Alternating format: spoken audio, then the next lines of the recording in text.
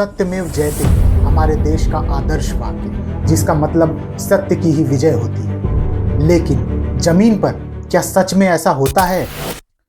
4 जून 2017 UP के उन्नाव जिले में एक 17 साल की नाबालिग लड़की को अगवा करके गैंग रेप किया जाता है। इस घटना के मुख्य आरोपी कुलदीप सेंगर, एक एमएलए तथा कथित जनता के सेवक। अप्रैल 2018 पुलिस में रिपोर्ट लिखवाने के 1 साल बाद भी कोई कार्रवाई नहीं होने पर विक्टिम हायर अथॉरिटीज को लेटर लिखना शुरू करती है कि कार्रवाई आगे बढ़े। कार्रवाई आगे बढ़ती है। अगले कुछ ही दिनों में विक्टिम के ही पिता को एक झूठे केस में फंसाकर जेल में डाल दिया जाता है। जेल में उन्हें जानवरों की तरह मारा जाता है। ये सब होता देख विक्टिम यूपी सीएम के घर के सामने आत्मदाह करने का प्रयास करती है। उसे तो बचा लिया जाता है, लेकिन उसके अगले ही दिन उनके पिता की मौत हो जाती है।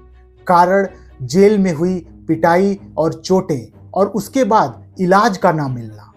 कोर्ट ने बाद में यहां तक कहा कि जिन डॉक्टरों ने उनका इलाज किया वो डॉक्टर नहीं बल्कि कसाई हैं। मुख्य आरोपी कुलदीप सेंगर और पूरा का पूरा सिस्टम।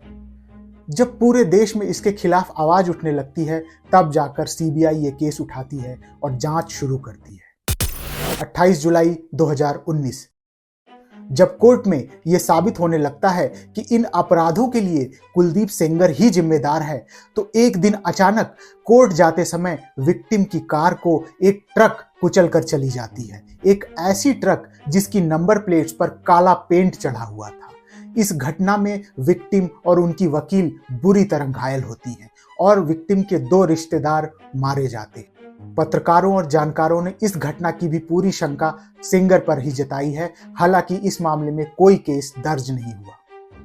फाइनली दिसंबर 2019 कुलदीप सेंगर को रेप के केस में उम्र कैद की सजा होती है और विक्टिम के पिता की हत्या में शामिल होने के लिए 10 साल की सजा दी जाती है। कुलदीप सेंगर जेल चला जाता है। अंततः न्याय होता है, देर से ही सही, लेकिन होता है।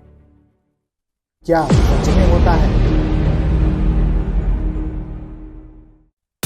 23 दिसंबर 2025 दिल्ली हाई कोर्ट सेंगर की सजा को सस्पेंड करते हुए उन्हें जमानत दे देती है। विक्टिम अब फिर से सड़कों पर प्रोटेस्ट कर रही है।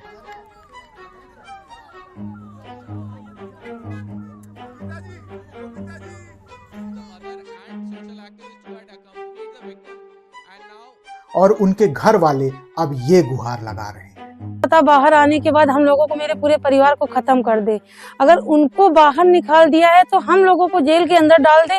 कम से कम हम लोगों की जान तो सुरक्षित रहेंगी वहाँ पर। मेरा परिवार सुरक्षित तो रहेगा, हम लोग जिंदा तो रहेंगे। इन लोगों के हाथ से मरने से तो अच्छा जेल की रोटी खा ले, वो ठीक रहेगा।